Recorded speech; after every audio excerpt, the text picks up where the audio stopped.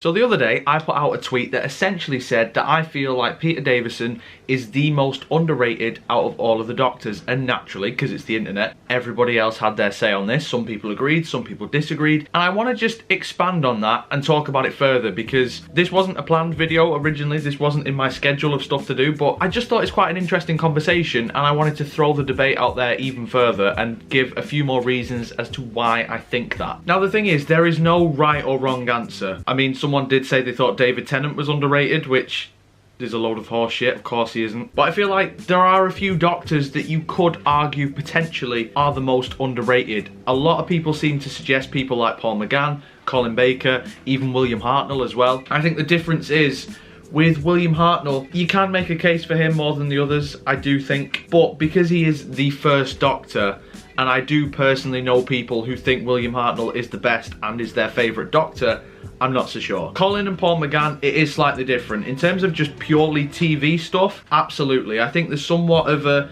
appreciation now for Colin Baker's era, and I also feel like the TV movie and obviously Night of the Doctor, people seem to really like McGann, but the big crucial part about those two is Big Finish. I think because of the audio stuff, a lot of people now look at his Doctor in a more positive way because Big Finish have written just totally better stuff consistently as well. Plus with McGann, he is essentially the audio Doctor. Whereas with Peter Davison, I don't even think he's got that. Apart from Spare Parts, I can't really think of many audios that people tend to talk about from his run. And in terms of the TV era, his Doctor is generally considered to be okay. But the thing is, I think he's better than okay. I think he is one of the better Doctors, and I feel like people just don't give him the credit that he deserves. There are a few reasons for this. First of all, I think people around the time, obviously, he came after Tom Baker. Now again, Tom Baker, definitely not an underrated Doctor. But the thing is, with following after Tom Baker, it is going to be a huge step, and it is an uphill battle for that actor, because for a lot of people at the time, Tom Baker was the Doctor. And to some people to this day, including myself, Tom Baker is the Doctor. So to follow on from him, I think a lot of people would have just dismissed Davison from the start anyway. Plus, I think his era is somewhat inconsistent.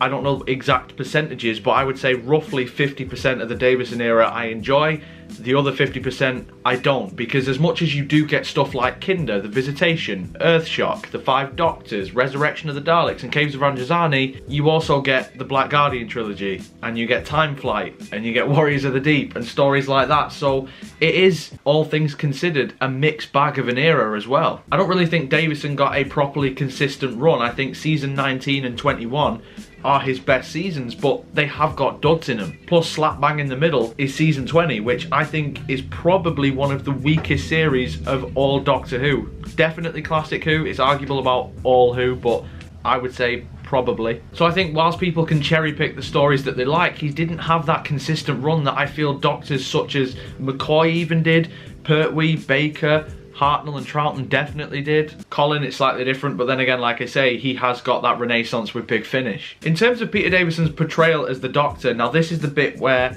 I do understand where people are coming from, because in terms of like the alienness or the quirkiness, he doesn't really stand out. He feels like a human. He feels like your older brother type thing. But at the same time, I think a lot of the time people just sort of look at the surface level of Peter Davison, and before even properly watching his stuff, they just assume what he's like, whereas in reality, Davison's Doctor is actually closer to Hartnell than any of the others. I think that Matt Smith has, in the sense of he is clearly an old man in a young man's body, but he does have that sort of crotchetiness that Hartnell had, especially early on. He is quite grumpy with his companions, and he is very likely to snap at them quite often as well. I really like that. I like the fact that we have conflict with the companions. It's not like lately where the companions just agree with everything that the Doctor does. I love the fact that the Doctor will put companions in their place, companions will do the same with the Doctor, and it feels like a proper family dynamic. Davison is also one of the more heroic Doctors, and I've said this in countless different videos, but I genuinely think that Davison's Doctor is one of the more heroic, and I think he's also one of the more vulnerable Doctors as well. Like,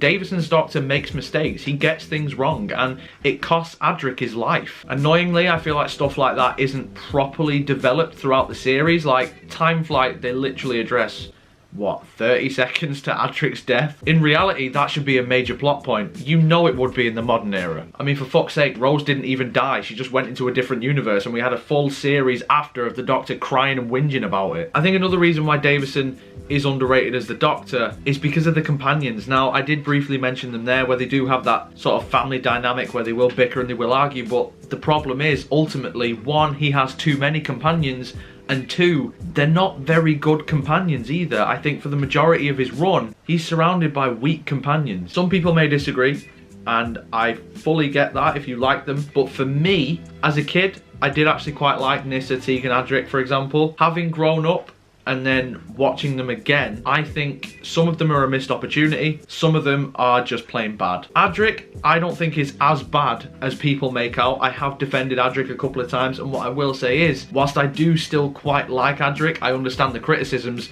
However, my biggest problem with Adric is I feel he works better with Tom's Doctor. The latter half of season 18, I think, is the better version of Adric. I just don't think he clicks and works in the same way with Peter Davison. Maybe that's because Tom Baker was clearly an older Doctor, and it was very much like a, similar to Tom and Leela, but obviously not as good, like a professor-student type thing. Whereas with Adric and Davison, it feels like they're more or less on the same level, which I don't quite like. Nyssa, I think, is utterly wasted potential. I think she could have been the best companion of the lot during Davison's time. Like, I can't believe we have a character in the TARDIS where the Master murdered their father, is now wearing their face, and they don't do anything of note with it. That should be the first fucking thing that you should do with Nyssa. That's the best thing that you could possibly do with Nyssa, but half the time she just stands around with the rest of them, chirps up a couple of times. Yes, is smart, but it's just a bit dull and doesn't really offer anything. Like, how many times in Doctor Who can you think of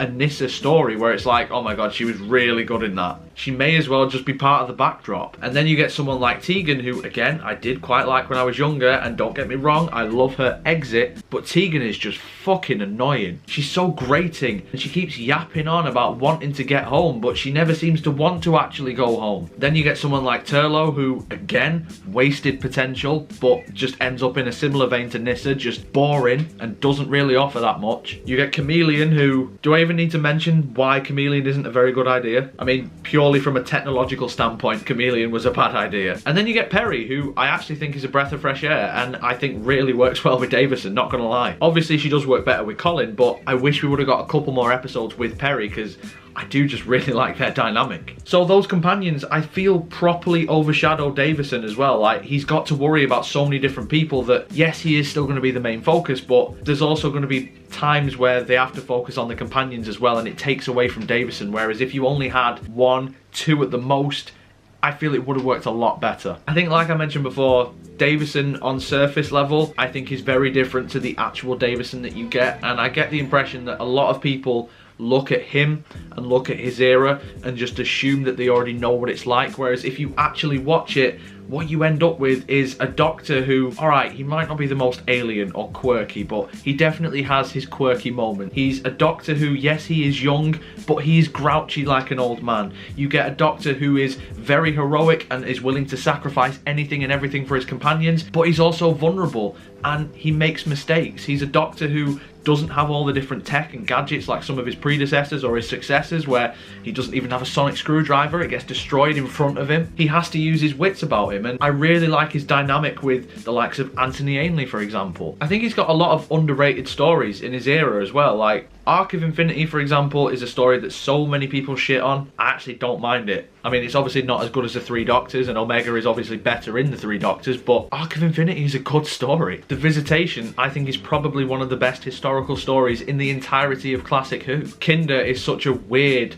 abstract story, but it's so gripping to watch. Snake Dance is also a story that I think is massively underrated. The Awakening and Frontios are two massively underrated stories that people just don't talk enough about. And in no way is it the weakest era of the classic series. I don't even think Davison is the weakest Doctor of the classic series. And I feel like, unfortunately, he just kind of falls away compared to all the other Doctors, because I feel a lot of people deem him unremarkable when in actual fact his era is quite remarkable in places.